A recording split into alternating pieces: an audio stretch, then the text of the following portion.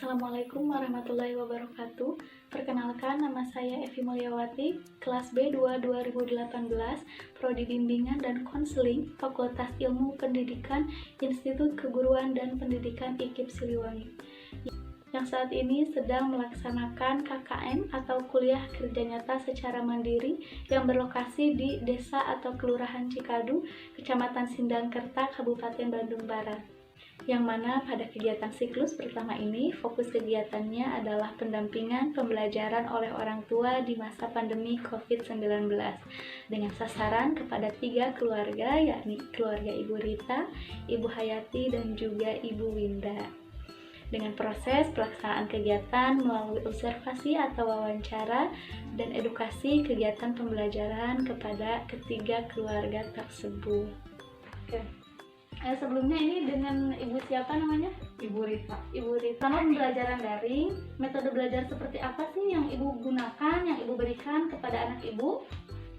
Memberikan tugas-tugas yang diberikan oleh guru, menyuruhnya membaca supaya lebih memahami pembelajaran yang diberikan oleh gurunya. Oh iya. Dampak apa yang ditimbulkan dari pembelajaran daring saat ini terhadap prestasi belajar yang diperoleh oleh anak Ibu? Prestasinya menurun karena pembelajarannya mungkin kurang memahami dan belajarnya jadi kurang efektif. Oh iya, betul-betul. Menurut pendapat Ibu, apa saja peran orang tua dalam pendampingan pembelajaran daring saat ini? Mendampingi anak belajar, memberikan fasilitas untuk belajar daring saat ini. Oh, memberikan fasilitasnya seperti HP, mungkin seperti ya Bu, buku. Ya, buku, alat tulis. Iya, betul.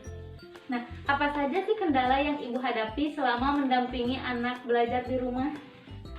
Sinyal. Kadang-kadang kurang bagus. Kadang-kadang ya HP-nya error. HP-nya juga error. Iya. Anaknya kadang-kadang malas. Iya betul.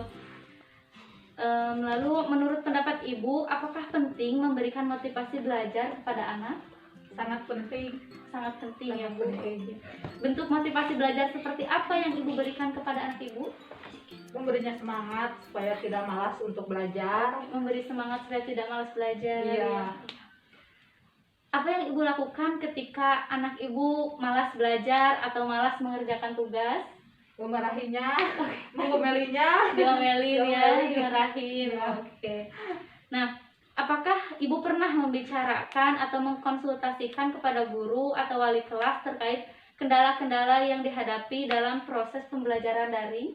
Pernah Ibu. Cuman gurunya tidak memberikan solusi yang cukup baik untuk pembelajaran saat ini. Ya, pernah dikonsultasikan namun mungkin belum menemukan solusi yang efektif ya Bu, terkait kendala yang dihadapi oleh para orang tua dalam proses pendampingan belajar. Ada beberapa metode yang mungkin secara teori ini memang cukup ideal ya Bu. Di antaranya misalkan Ibu harus mengetahui dulu gaya belajar seperti apa yang dimiliki oleh anak Ibu. Nah, gaya belajar itu ada 3. Yang pertama ada visual, audiovisual, dan juga kinestetik. Nah, visual itu apa sih Bu? Nah, visual itu adalah gaya belajar yang didominasi menggunakan media atau alat-alat peraga yang berwarna-warni gitu ya Bu. Yang video-video animasi yang ada di YouTube seperti itu. Nah, anak yang memiliki gaya belajar ini akan lebih mudah memahami pelajaran jika melalui media-media seperti itu gitu. Lalu yang kedua ada audiovisual. Nah, anak yang seperti ini yang memiliki gaya belajar ini lebih cenderung suka atau akan lebih memahami materi yang dia dengarkan gitu melalui penjelasan-penjelasan suara, baik intonasi, volume atau artikulasi seperti itu. Jadi mungkin anak yang audiovisual itu lebih cenderung suka mendengarkan saja ketimbang misalnya melihat video-video animasi atau seperti itu. Dia senang mendengarkan aja gitu. Lalu yang ketiga ada metode belajar kinestetik. Nah, anak-anak yang memiliki gaya belajar seperti ini cenderung lebih menyukai belajar yang menggunakan gerakan gitu seperti olahraga, seni budaya. Lalu menghindari atau menjauhkan anak dari gangguan-gangguan yang merusak konsentrasinya, seperti menjauhkan anak dari gadget, dari game-game tertentu, PS misalnya seperti itu ya. hanya diberikan gadget, mungkin boleh diberikan, tapi hanya ketika pembelajaran berlangsung saja. Ketika pembelajaran sudah selesai, ibu bisa mengambil kembali handphone. Dan terakhir ada menjaga komunikasi dengan guru. Kenapa sih menjaga komunikasi dengan guru itu penting? Karena ya ibu harus mengkonsultasikan, harus membicarakan, dan guru pun harus tahu terkait kendala-kendala dan hambatan yang dialami oleh ibu, oleh anak ibu gitu ya. Seperti tadi misalnya HP-nya sering error, terus sinyalnya kurang baik gitu ya. Pihak sekolah sebagai guru atau wali kelas harus mengetahui kendala-kendala tersebut.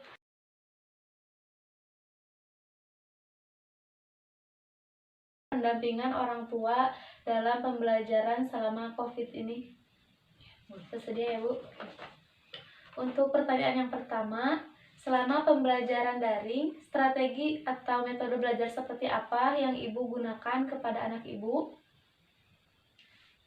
Belajar sambil bermain. Belajar sambil bermain gitu. Apakah metode yang Ibu berikan itu berjalan dengan efektif?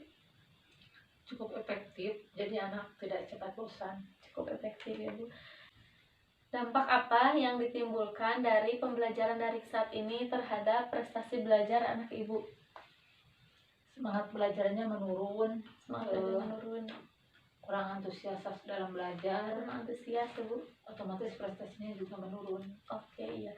Apa saja kendala yang Ibu hadapi selama mendampingi anak Ibu belajar di rumah? Sinyal yang kadang-kadang jelek, kadang jelek ya. Kadang kuota yang gak ada. Jadi anaknya harus didampingi terus, karena kalau tidak begitu anak gak semangat dalam belajar. Apa Ibu pernah membicarakan atau mengkonsultasikan terkait kendala yang Ibu hadapi kepada guru atau pihak sekolah? Pernah.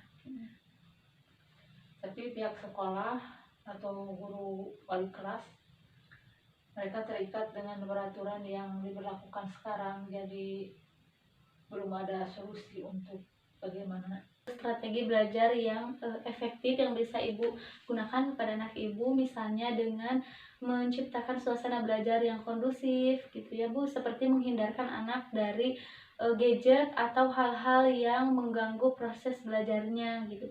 Lalu memberitahu kepada anak, mengarahkan bagaimana cara mengikuti kegiatan belajar dengan baik dan benar gitu. Lalu selanjutnya Ibu bisa menggunakan strategi yang jelas dalam pembelajaran, misalnya dengan mengulang kembali pelajaran-pelajaran, mengelaborasi, memberikan pemahaman-pemahaman ataupun pemantauan ketika proses belajar berlangsung. Yang selanjutnya Ibu bisa menumbuhkan rasa percaya diri kepada anak, meyakinkan anak bahwa mereka mampu menyelesaikan dan juga mengerjakan tugas dengan baik dan tepat waktu gitu. Ibu juga bisa membantu anak untuk mencari referensi terkait materi-materi pembelajaran, misalnya melalui YouTube. Karena kan sekarang banyak ya Bu di YouTube video-video terkait pembelajaran yang dikemas secara lebih menarik dan juga edukatif gitu, seperti video-video animasi gitu yang dikemas dalam bentuk kartun misalnya gitu. Terima kasih untuk waktu dan juga kesempatan yang sudah Ibu berikan. Semoga apa yang saya sampaikan bisa mengedukasi dan juga membantu Ibu dalam mengefektifkan atau mengkondisikan anak ketika proses pendampingan belajar di rumah ya Bu. Nah, jadi contoh pengamalan sila ketiga yang berbunyi Persatuan Indonesia itu apa aja contohnya? Kerja bakti, olahraga bersama, iya, gotong royong, dan tolong menolong. Iya, betul. Sebelumnya dengan Ibu siapa? Saya Ibu Winda. Ibu Winda. Sudah mempunyai anak yang sudah sekolah ya Bu? Iya. Kelas berapa? Kelas 1. Kelas 1. Di SD mana Bu? SD Kisan Daud 1 Sindangkerta. Oke, SD Sindangkerta ya. Pertanyaan yang pertama, apakah anak Ibu memahami apa yang Ibu sampaikan terkait materi pelajaran atau tugas yang diberikan? Ya, kadang memahami, kadang tidak, tapi kebanyakannya tidak. Oh, kadang memahami, kadang tidak ya Bu. Lalu dampak apa yang ditimbulkan dari pembelajaran daring saat ini terhadap prestasi yang diperoleh anak Ibu? Jadi prestasi menurun, anaknya malas belajar. Prestasinya menurun ya Bu, anak malas belajar. Lalu menurut pendapat Ibu, apa saja sih peran orang tua dalam pendampingan pembelajaran saat ini?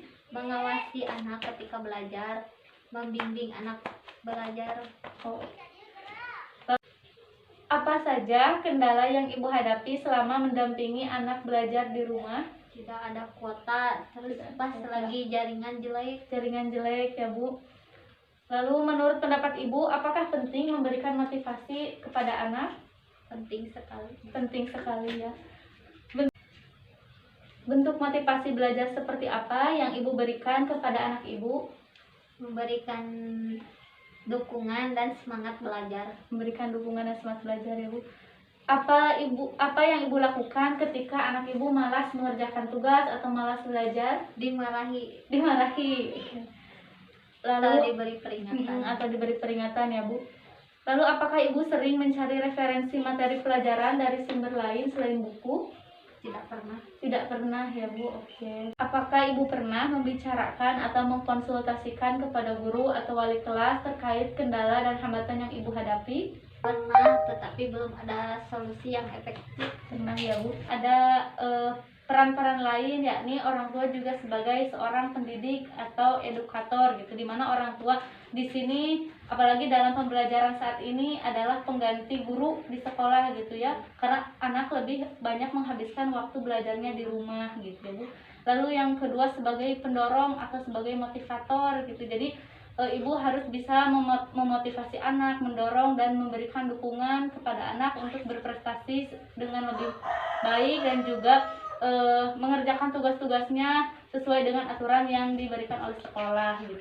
Lalu yang ketiga ada sebagai fasilitator gitu ya Bu. Nah, fasilitator di sini Ibu sebagai orang tua memfasilitasi, menjembatani anak untuk mencapai atau mewujudkan tujuan pendidikan yang lebih baik gitu. Memfasilitasi dalam hal apa? Misalnya memberikan buku pelajaran, lalu memfasilitasi medianya yaitu handphone misalnya Bu, alat-alat tulis dan lain sebagainya gitu. Lalu orang tua juga sebagai pembimbing dalam belajar gitu. Membimbing di sini betul seperti yang Ibu katakan tadi, yakni mengawasi dan memastikan apakah anak betul-betul memahami pelajaran dengan baik, apakah anak Ibu betul-betul mengerjakan tugas dengan baik sehingga dapat mencapai prestasi atau hasil belajar yang maksimal. Terkait sumber belajar, mungkin Ibu tidak hanya mengandalkan dari buku tema, buku pelajaran yang diberikan oleh sekolah saja. Ibu bisa mencari referensi lain misalnya melalui YouTube, melalui Google atau buku-buku digital yang bisa Ibu download dari dari Google atau platform tertentu gitu ya Bu. Karena kan apalagi untuk usia SD, apalagi kelas 1 ya Bu, menonton YouTube tuh boleh, menggunakan handphone juga boleh, tapi mungkin dengan tujuan dan alasan-alasan yang berkaitan dengan pembelajaran gitu. Apalagi kan di YouTube sekarang banyak materi-materi pembelajaran yang dikemas dengan lebih menarik, misalnya seperti animasi, kartun dan lain sebagainya gitu ya Bu, yang disampaikan dengan cara-cara yang mungkin bisa lebih dipahami dengan mudah oleh anak, apalagi anak usia SD gitu. Terima kasih atas waktu dan juga kesempatan yang Ibu berikan. Semoga apa yang saya sampaikan bisa mengedukasi, bisa menjadi pembelajaran penting bagi kita semua, khususnya sebagai orang tua.